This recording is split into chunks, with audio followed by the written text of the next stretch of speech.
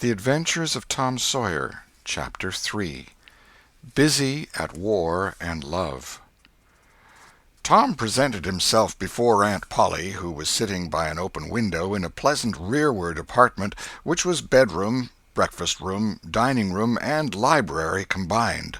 The balmy summer air, the restful quiet, the odor of the flowers, and the drowsing murmur of the bees had had their effect, and she was nodding over her knitting, for she had no company but the cat, and it was asleep in her lap. Her spectacles were propped up on her gray head for safety.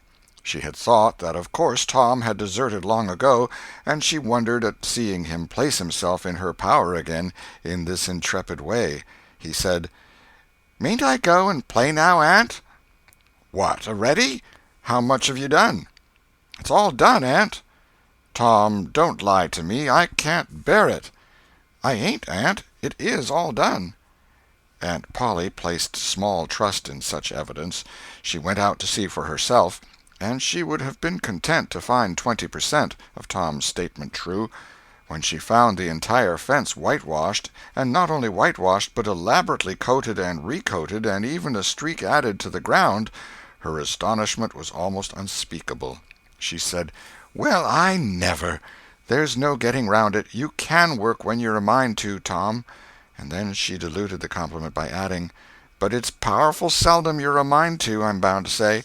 Well, go along and play, but mind you get back some time in the week, or I'll tan you." She was so overcome by the splendor of his achievement that she took him into the closet and selected a choice apple and delivered it to him, along with an improving lecture upon the added value and flavor a treat took to itself when it came without sin through virtuous effort. And while she closed with a happy scriptural flourish, he hooked a doughnut. Then he skipped out and saw Sid just starting up the outside stairway that led to the back rooms on the second floor. Clods were handy, and the air was full of them in a twinkling. They raged around Sid like a hailstorm, and before Aunt Polly could collect her surprised faculties and sally to the rescue, 6 or 7 clods had taken personal effect, and Tom was over the fence and gone. There was a gate, but as a general thing he was too crowded for time to make use of it. His soul was at peace now that he had settled with Sid for calling attention to his black thread and getting him into trouble. Tom skirted the block and came round into a muddy alley that led by the back of his aunt's cow-stable.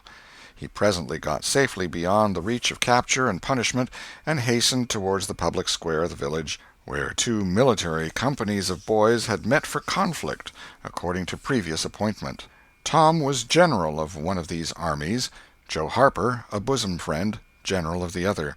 These 2 great commanders did not condescend to fight in person, that being better suited to the still smaller fry, but sat together on an eminence and conducted the field operations by orders delivered through aide-de-camp. Tom's army won a great victory after a long and hard-fought battle. Then the dead were counted, prisoners exchanged, the terms of the next disagreement agreed upon, and the day for the necessary battle appointed, after which the armies fell into line and marched away, and Tom turned homeward alone. As he was passing by the house where Jeff Thatcher lived, he saw a new girl in the garden, a lovely little blue-eyed creature with yellow hair plaited into 2 long tails, white summer frock, and embroidered pantalettes. The fresh-crowned hero fell without firing a shot. A certain Amy Lawrence vanished out of his heart and left not even a memory of herself behind. He had thought he loved her to distraction. He had regarded his passion as adoration, and behold it was only a poor little evanescent partiality. He had been months winning her. She had confessed hardly a week ago. He had been the happiest and the proudest boy in the world only 7 short days, and here in one instant of time she had gone out of his heart like a casual stranger whose visit is done. He worshipped this new angel with furtive eye, till he saw that she had discovered him. Then he pretended he did not know she was present, and began to show off in all sorts of absurd boyish ways in order to win her admiration. He kept up this grotesque foolishness for some time, but by and by, while he was in the midst of some dangerous gymnastic performances, he glanced aside and saw that the little girl was wending her way toward the house. Tom came up to the fence and leaned on it, grieving and hoping she would tarry yet a while longer. She halted a moment on the steps and then moved toward the door. Tom heaved a great sigh as she put her foot on the threshold. But his face lit up right away, for she tossed a pansy over the fence a moment before she disappeared. The boy ran around and stopped within a foot or two of the flower, and then shaded his eyes with his hand and began to look down street as if he had discovered something of interest going on in that direction. Presently he picked up a straw and began trying to balance it on his nose, with his head tilted far back, and as he moved from side to side in his efforts, he edged nearer and nearer toward the pansy. Finally his bare foot rested upon it, his pliant toes closed upon it, and he hopped away with the treasure and disappeared round the corner. But only for a minute, only while he could button the flower inside his jacket, next his heart, or next his stomach, possibly, for he was not much posted in anatomy, and not hypercritical anyway. He returned now and hung about the fence till nightfall, showing off as before, but the girl never exhibited herself again, though Tom comforted himself a little with the hope that she had been near some window meantime and been aware of his attentions. Finally he rode home reluctantly, with his poor head full of visions. All through supper his spirits were so high that his aunt wondered what had got into the child. He took a good scolding about clodding Sid, and did not seem to mind it in the least. He tried to steal sugar under his aunt's very nose, and got his knuckles rapped for it. He said, "Aunt, you don't whack Sid when he takes it." "Well, Sid don't torment a body the way you do. You'd be always into that sugar if I warn't watching you." Presently she stepped into the kitchen, and Sid, happy in his immunity, reached for the sugar bowl, a sort of glorying over Tom which was well nigh unbearable. But Sid's fingers slipped, and the bowl dropped and broke. Tom was in ecstasies. In such ecstasies that he even controlled his tongue and was silent.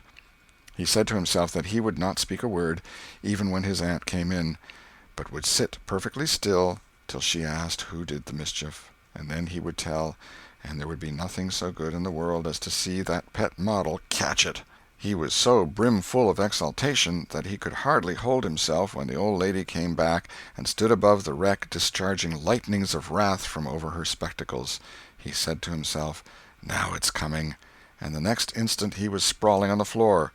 The potent palm was uplifted to strike again when Tom cried out, "Hold on, now, what are you belting me for? Sid broke it."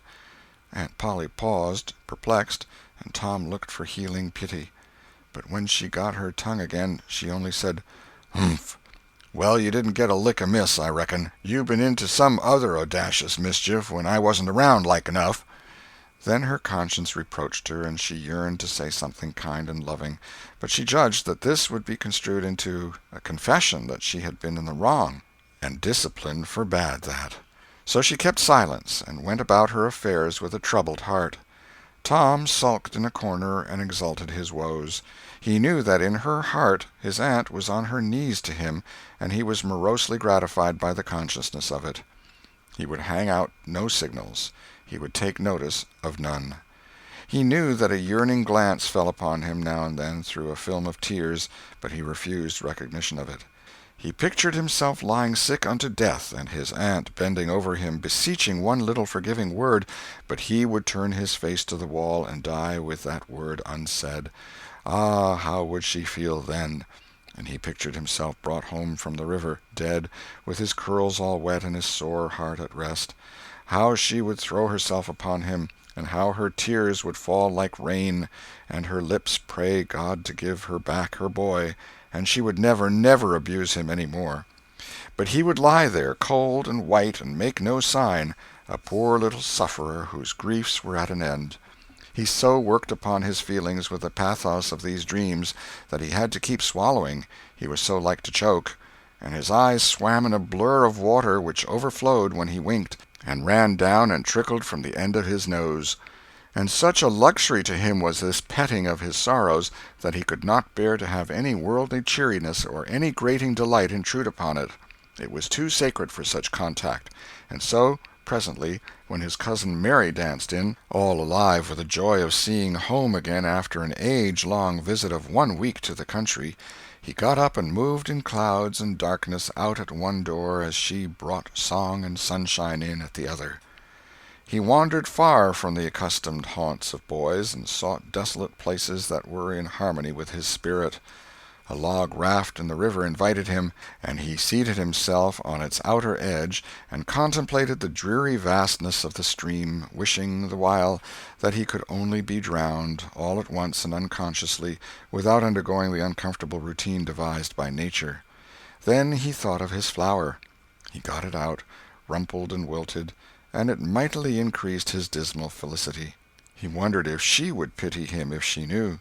Would she cry and wish that she had a right to put her arms round his neck and comfort him? Or would she turn coldly away like all the hollow world?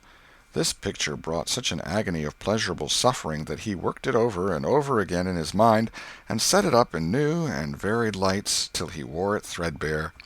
At last he rose up sighing, and departed in the darkness. About 9:30 or 10 o'clock he came along the deserted street to where the adored unknown lived. He paused a moment.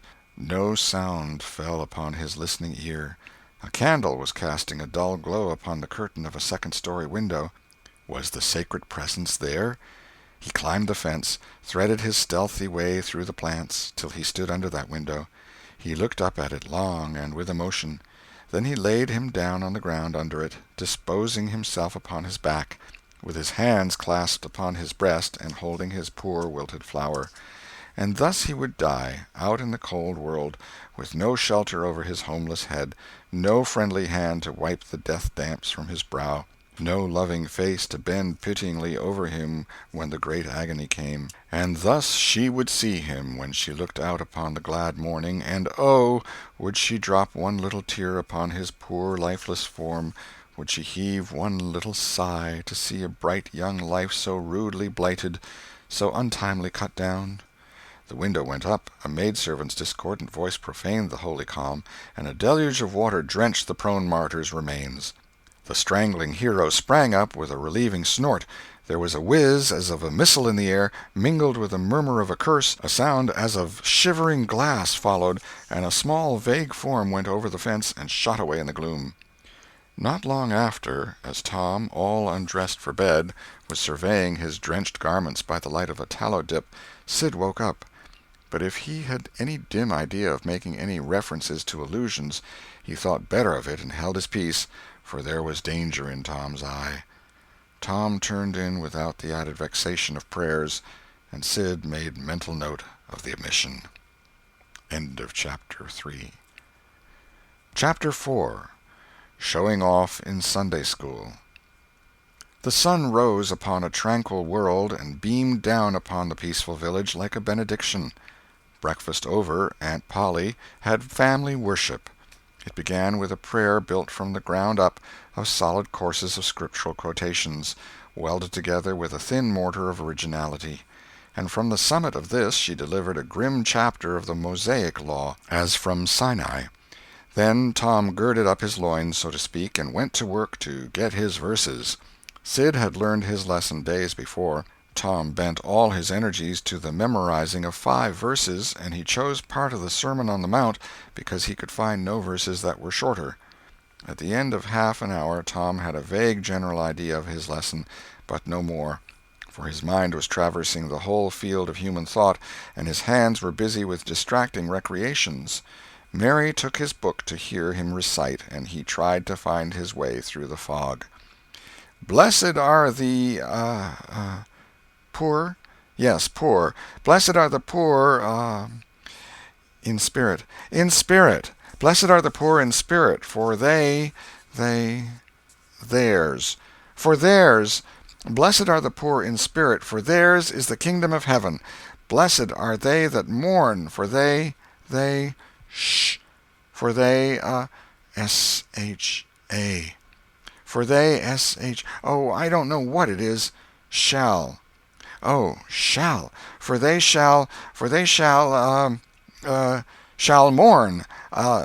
Blessed are they that shall, they that shall mourn, for they shall what? Why don't you tell me, Mary? What do you want to be so mean for? Oh, Tom, you poor thick-headed thing, I'm not teasing you. I wouldn't do that. You must go and learn it again.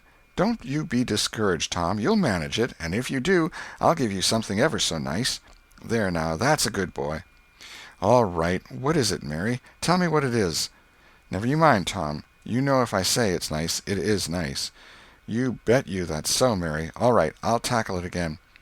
And he did tackle it again, and under the double pressure of curiosity and prospective gain, he did it with such spirit that he accomplished a shining success. Mary gave him a brand-new Barlow knife worth 12.5 cents, and the convulsion of delight that swept his system shook him to his foundations. True, the knife would not cut anything, but it was a sure enough Barlow, and there was inconceivable grandeur in that, though where the Western boys ever got the idea that such a weapon could possibly be counterfeited to its injury is an imposing mystery and will always remain so, perhaps. Tom contrived to scarify the cupboard with it, and was arranging to begin on the bureau, when he was called off to dress for Sunday school. Mary gave him a tin basin of water and a piece of soap, and he went outside the door and set the basin on a little bench there. Then he dipped the soap in the water and laid it down, turned up his sleeves, poured out the water on the ground, gently, and then entered the kitchen and began to wipe his face diligently on the towel behind the door.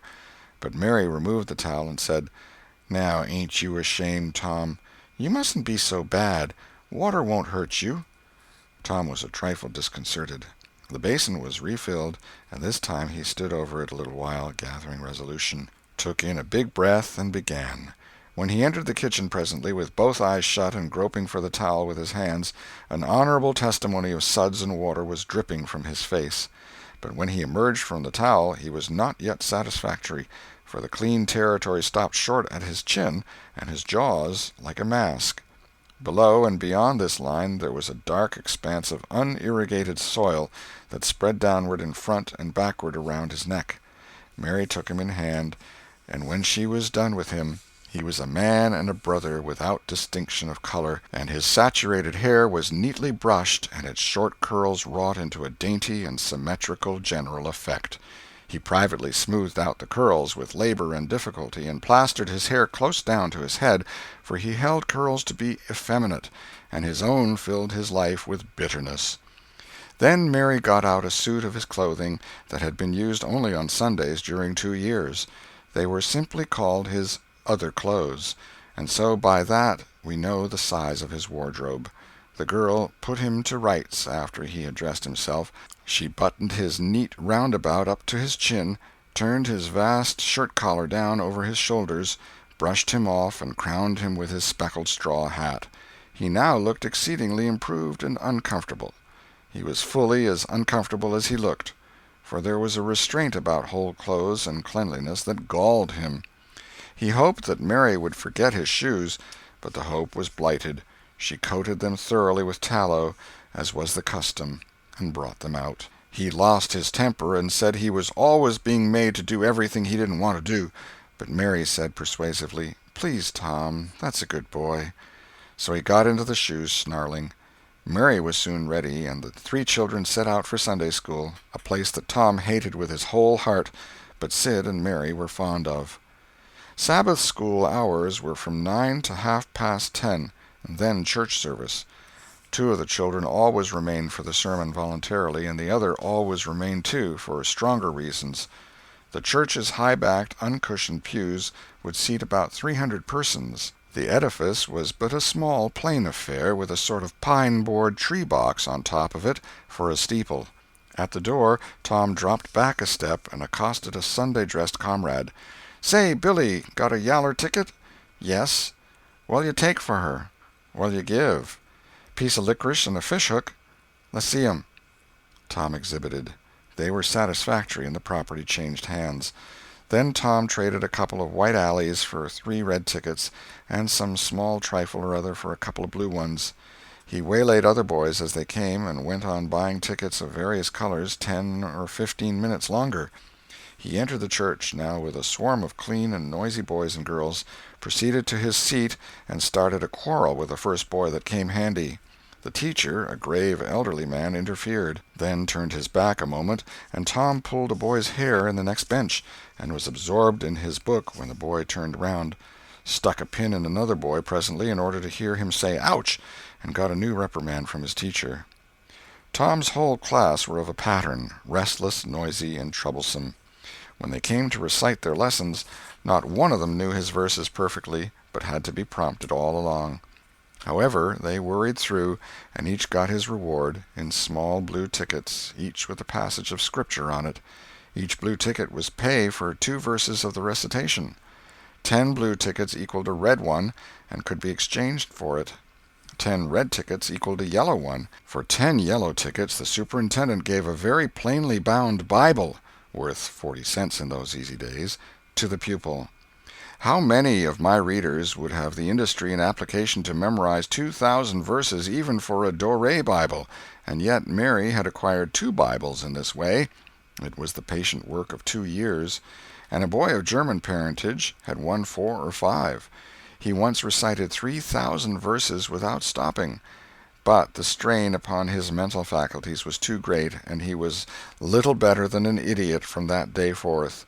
A grievous misfortune for the school, for on great occasions before company the superintendent, as Tom expressed it, had always made this boy come out and spread himself. Only the older pupils managed to keep their tickets and stick to their tedious work long enough to get a Bible, and so the delivery of one of these prizes was a rare and noteworthy circumstance. The successful pupil was so great and conspicuous for that day that on the spot every scholar's heart was fired with a fresh ambition that often lasted a couple of weeks. It is possible that Tom's mental stomach had never really hungered for one of those prizes, but unquestionably his entire being had for many a day longed for the glory and the éclat that came with it.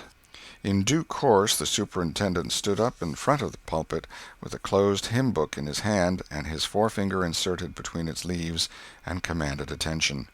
When a Sunday school superintendent makes his customary little speech, a hymn-book in the hand is as necessary as is the inevitable sheet of music in the hand of a singer who stands forward on the platform and sings a solo at a concert. Though why is a mystery, for neither the hymn-book nor the sheet of music is ever referred to by the sufferer. This superintendent was a slim creature of 35, with a sandy goatee and short sandy hair.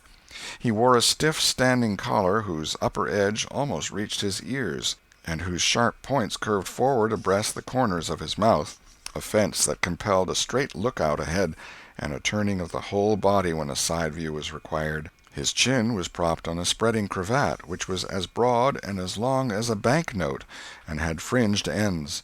His boot-toes were turned sharply up, in the fashion of the day, like sleigh-runners, an effect patiently and laboriously produced by the young men by sitting with their toes pressed against a wall for hours together. Mr. Walters was very earnest of mien, and very sincere and honest at heart, and he held sacred things and places in such reverence, and so separated them from worldly matters, that unconsciously to himself his Sunday-school voice had acquired a peculiar intonation which was wholly absent on weekdays. He began after this fashion: "Now, children, I want you all to sit up just as straight and pretty as you can and give me all your attention for a minute or two. There, that is it. That is the way good little boys and girls should do. I see one little girl who is looking out of the window. I am afraid she thinks I am out there somewhere, perhaps up in one of the trees making a speech to the little birds." Applausive titter. "I want to tell you how good it makes me feel to see so many bright, clean little faces assembled in a place like this, learning to do right and be good," and so forth and so on. It is not necessary to set down the rest of the oration.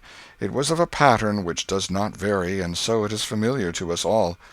The latter third of the speech was marred by the resumption of fights and other recreations among certain of the bad boys, and by fidgetings and whisperings that extended far and wide, washing even to the bases of isolated and incorruptible rocks like Sid and Mary. But now every sound ceased suddenly, with the subsidence of Mr. Walters' voice, and the conclusion of the speech was received with a burst of silent gratitude. A good part of the whispering had been occasioned by an event which was more or less rare, the entrance of visitors. Lawyer Thatcher, accompanied by a very feeble and aged man, a fine, portly, middle-aged gentleman with iron-gray hair, and a dignified lady who was doubtless the latter's wife. The lady was leading a child. Tom had been restless and full of chafings and repinings, conscience-smitten, too. He could not meet Amy Lawrence's eye. He could not brook her loving gaze. But when he saw this small newcomer, his soul was all ablaze with bliss in a moment. The next moment he was showing off with all his might, cuffing boys, pulling hair, making faces, in a word, using every art that seemed likely to fascinate a girl and win her applause. His exaltations had but one alloy, the memory of his humiliation in this angel's garden, and that record in sand was fast washing out under the waves of happiness that were sweeping over it now. The visitors were given the highest seat of honor, and as soon as Mr. Walters's speech was finished he introduced them to the school. The middle-aged man turned out to be a prodigious personage, no less a one than the county judge, altogether the most august creation these children had ever looked upon, and they wondered what kind of material he was made of, and they half wanted to hear him roar, and were half afraid he might, too. He was from Constantinople, 12 miles away, so he had traveled, and seen the world. These very eyes had looked upon the county courthouse, which was said to have a tin roof. The awe which these reflections inspired was attested by the impressive silences and the ranks of staring eyes. This was the great Judge Thatcher, brother of their own lawyer. Jeff Thatcher immediately went forward to be familiar with the great man and be envied by the school. It would have been music to his soul to hear the whisperings, "Look at him, Jim, he's a-going up there. Say, look, he's a-going to shake hands with him. He is shaking hands with him. By jings, don't you wish you was Jeff?" Mr. Walters fell to showing off, with all sorts of official bustlings and activities, giving orders and delivering judgments, discharging directions here, there, everywhere that he could find a target. The librarian showed off, running hither and thither with his arms full of books, and making a deal of the splutter and fuss that insect authority delights in. The young lady teachers showed off, bending sweetly over pupils that were lately being boxed, lifting pretty warning fingers at bad little boys, and patting good ones lovingly. The young gentlemen teachers showed off with small scoldings and other little displays of authority and fine attention to discipline, and most of the teachers of both sexes found business up at the library by the pulpit. And it was business that frequently had to be done over again 2 or 3 times, with much seeming vexation. The little girls showed off in various ways, and the little boys showed off with such diligence that the air was thick with paper wads and the murmur of scuffling. And above it all, the great man sat and beamed a majestic judicial smile upon all the house, and warmed himself in the sun of his own grandeur, for he was showing off, too. There was only one thing wanting to make Mr. Walters' ecstasy complete, and that was a chance to deliver a Bible prize and exhibit a prodigy. Several pupils had a few yellow tickets, but none had enough, and he had been around among the star pupils inquiring. He would have given worlds now to have that German lad back again with a sound mind. And now at this moment, when hope was dead, Tom Sawyer came forward with 9 yellow tickets, 9 red tickets, and 10 blue ones, and demanded a Bible. This was a thunderbolt out of a clear sky. Walters was not expecting an application from this source for the next 10 years, but there was no getting around it. Here were the certified checks, and they were good for their face. Tom was therefore elevated to a place with the judge and the other elect, and the great news was announced from headquarters. It was the most stunning surprise of the decade, and so profound was the sensation that it lifted the new hero up to the judicial one's altitude, and the school had 2 marvels to gaze upon in place of one. The boys were all eaten up with envy, and those that suffered the bitterest pangs were those who perceived too late that they themselves had contributed to this hated splendor by trading tickets to Tom for the wealth he had amassed in selling whitewashing privileges. These despised themselves as being the dupes of a wily fraud, a guileful snake in the grass.